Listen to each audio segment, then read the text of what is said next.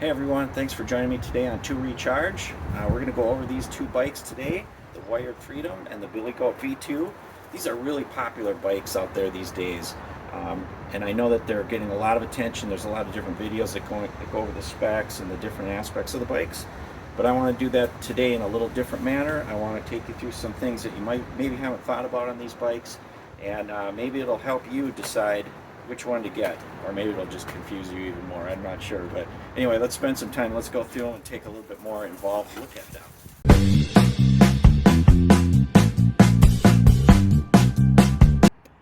Okay, everybody, we're going to get into these today, but first, we have to acknowledge the fact that if we have a goat, we have a goat house. And also, we have to beware of the goat. And these tin signs are everywhere on Amazon, so if you have a goat bike, you got to get one. All right, let's get into the bikes.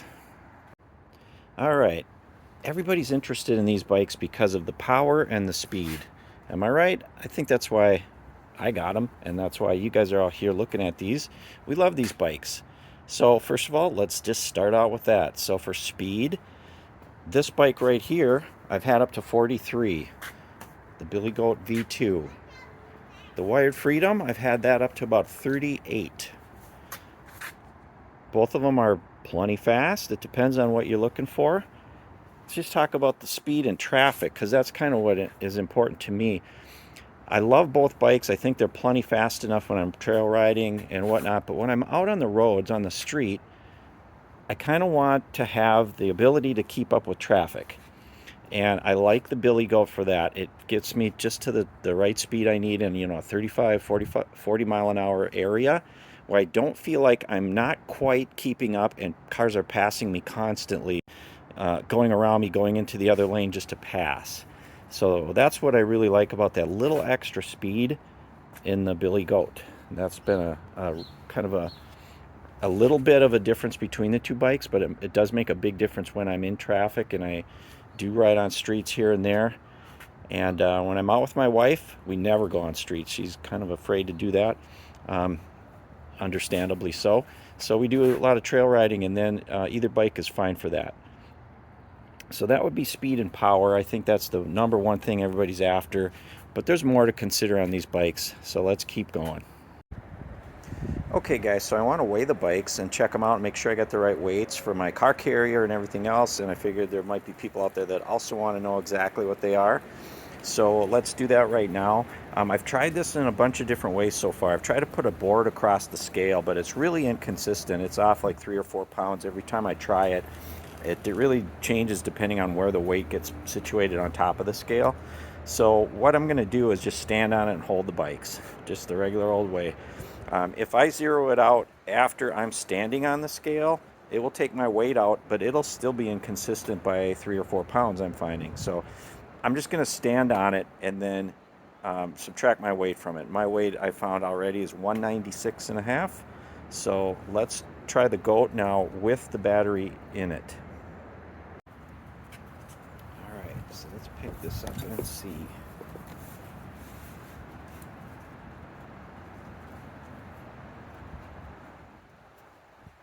307 it likes. 307 minus 196 and a half. Okay, now let's weigh the Goat with the battery out. Here we go.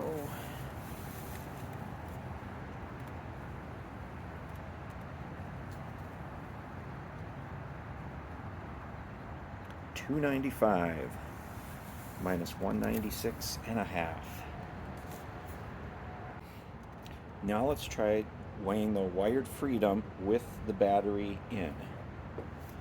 So here we go. 284 minus 196 and a half. Now we've got the battery out on the Wired Freedom, so let's weigh it that way.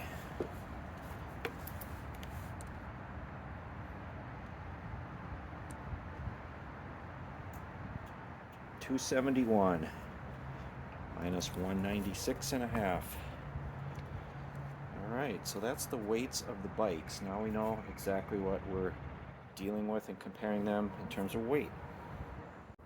Okay, so when we turn the billy goat, we see that we have the setup there is to keep it from turning too far. It's meant to be that way. And that's a good thing on a high-speed bike. We don't want to have any fast, unintentional turns of the handlebars when you're going at a high speed. Maybe you hit a pothole or something and it bounces. You don't want it jerking real fast on you when you're going at high speed. So sort of a precautionary measure. But what it does is it makes it harder to maneuver in and out. And if you're like me, I have to move my bikes. I have a lot of bikes on the other side of the garage. I have to move them in and out of a door, a service door, and so there's a lot of maneuvering back and forth. So if that's you, if you also have to do that, keep in mind that it might be a little bit easier to turn the Wired Freedom to do that. But there is another thing to think about when we're doing that. When you move the Wired Freedom back and forth, you hear a grinding sound in the rear hub motor because it's a geared motor. And so you don't really want to move it backwards because of that. I suppose a little bit is not going to hurt it, but I don't like to do it at all. I'm pretty conservative, so keep that in mind, that when you're moving the bike backwards, you're going to have to pick it up. You can leave the front wheel on the ground, but you're going to have to pick the back wheel up to turn it around. If you're changing direction on a sidewalk, let's say, or on a park trail, and there's no room to turn the bike around to ride it in a circle, you have to stop, get off, lift it, and turn it. Whereas on the Goat, it's got a direct drive motor, so there's no gears, no geared hub in there at all, and you can just move it back and forth. And that makes it easier.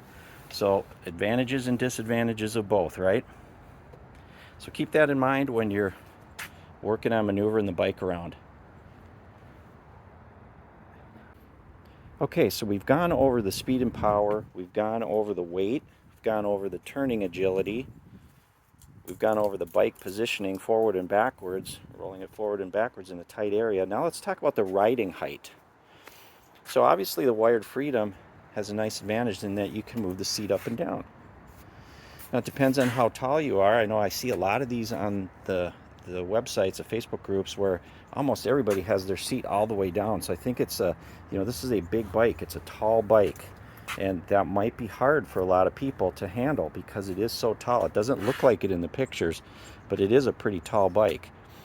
So if you don't like being up high, this bike may not be for you. Maybe the Goat is better because obviously that's a little bit lower. I think the seat height is 33 on this one. So, and it's not adjustable, of course. On the Wired Freedom, that higher seat gives you a nice leg extension when you're riding, and it's really nice. It's a comfortable position.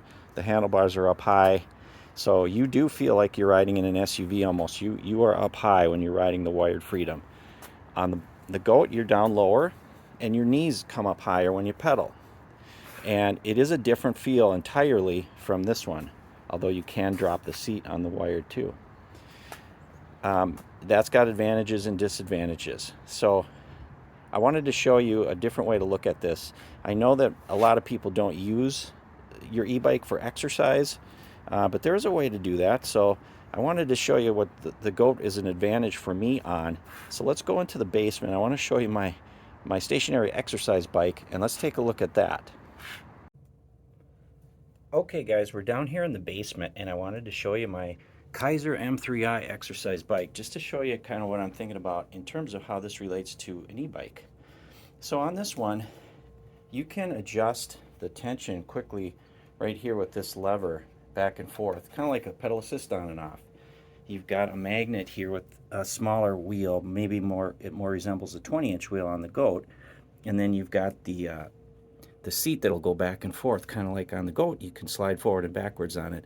So it does have some similarities to the Goat, and what I use this for is to just really crank down that lever and get a lot of tension on the bike, and then do 15 seconds hard, and then rest for 45 seconds or a minute, and then do it again. And then just doing a few of those is what builds up the quad muscles. It's almost more of a weight training exercise than a cardio exercise, although cardio does come with it, thankfully. But it does really build up the muscle around my quadricep, and in order to protect the knee, you want to build the quadricep. So you can do this on the e-bike, and it's kind of nice because in a lot of times I would do this, it would be a really nice night out, and I would feel really bad coming down to the basement and having to crank out sets down here on this, whereas now I can just do it out on the Goat, and it has a lot more of a similarity to it, where you just kind of let the pedal assist go down to 1 or 0, stand up, and then just really crank hard on the pedals for 15 seconds, and then you can coast and relax. So that's what I've been doing here, and it's a great way to simulate this out on the bike, especially the Goat. So if it's ever something that would cross your mind to try to build up your quads, that's just another reason that I wanted to point out why the e-bikes are good, especially the Goat. So I know, probably less than 0.5% of the population might think, boy, why would I ever want to do that? But I just thought I would show this just in case somebody out there does want to use an e-bike for some benefit to your knees. And of course, check with your doctor first and your physical therapist before you would ever attempt training exercises like that. But if they give you the go-ahead, this is a great way to build up strength around your knee. So just another benefit of the e-bikes. So that's the advantage or disadvantage of the riding height. Now, if you like to do like I do and throw in a couple high-intensity interval training workouts, the Goat would be terrific for that. The Freedom would too, if you lower the seat, but you'll have to get up and move the seat up and down as you do that. But you have that flexibility there. And I also wanted to point out one more thing regarding seat height, and that is just your general feeling of vulnerability on these bikes. When you're riding the Wired Freedom, you are up higher. And when you're going 35, 38, maybe 40 down a hill, you're up pretty high. And you have to remember that, boy, if you have an accident, that's a pretty catastrophic accident.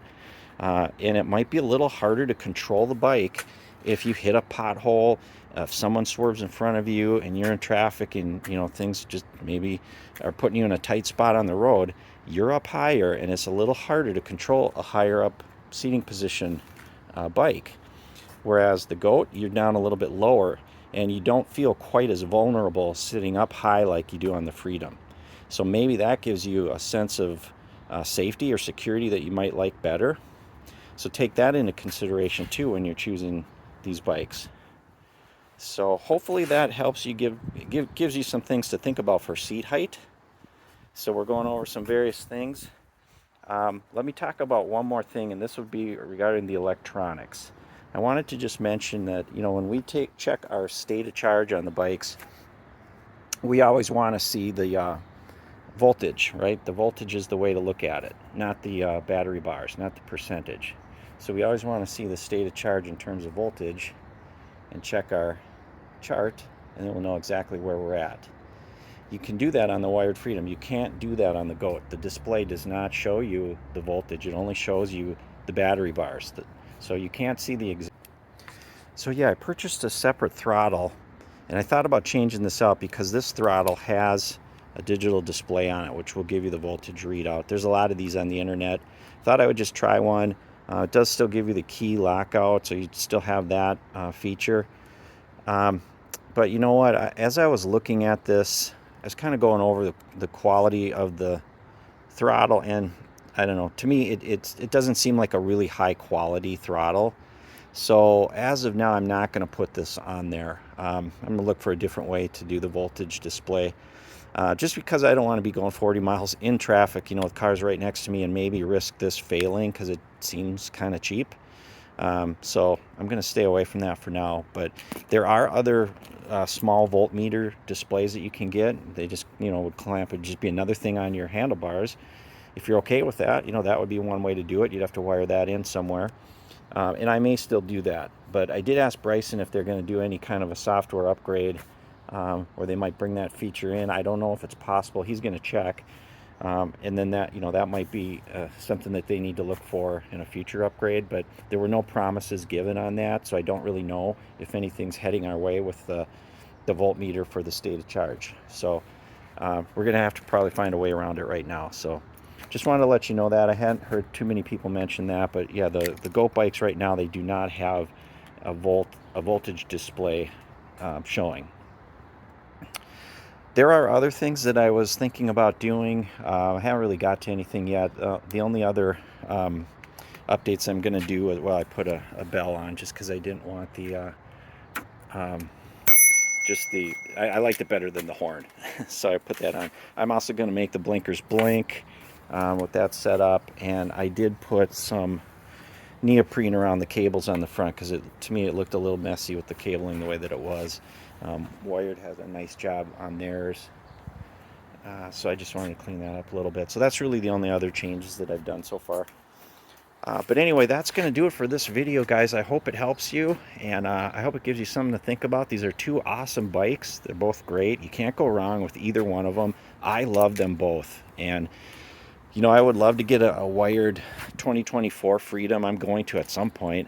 Got to save my pennies for a while though, and but I'm going to ride these and enjoy them. They're both awesome in their own way. They're a different feel for sure, but they're both great bikes. You will not go wrong. And as I mentioned in my last video, I do have a link now for the Goat bikes. So if you want to use that link, you would get 10% off on your purchase. I would get a commission, which of course I'm going to use now to help people in need. So that's where that money would go to. So if you're going to get a Goat bike and you want to buy it through my channel, I'd appreciate that. And your money's going to be well spent going to people in need out there. Well, not quite as exciting as a John Hicks video, but hey, with these beauties in there, how can you go wrong, right? These things are awesome. Better looking than a Sur-Ron anyway, right? Anyway, that's it, guys, for this video. Let me know in the comments if you've noticed anything else that we could go over that you want to see, and I'll take care of it for you. And thanks again for watching. Love you guys. Ride safe, and we'll see you on the next one.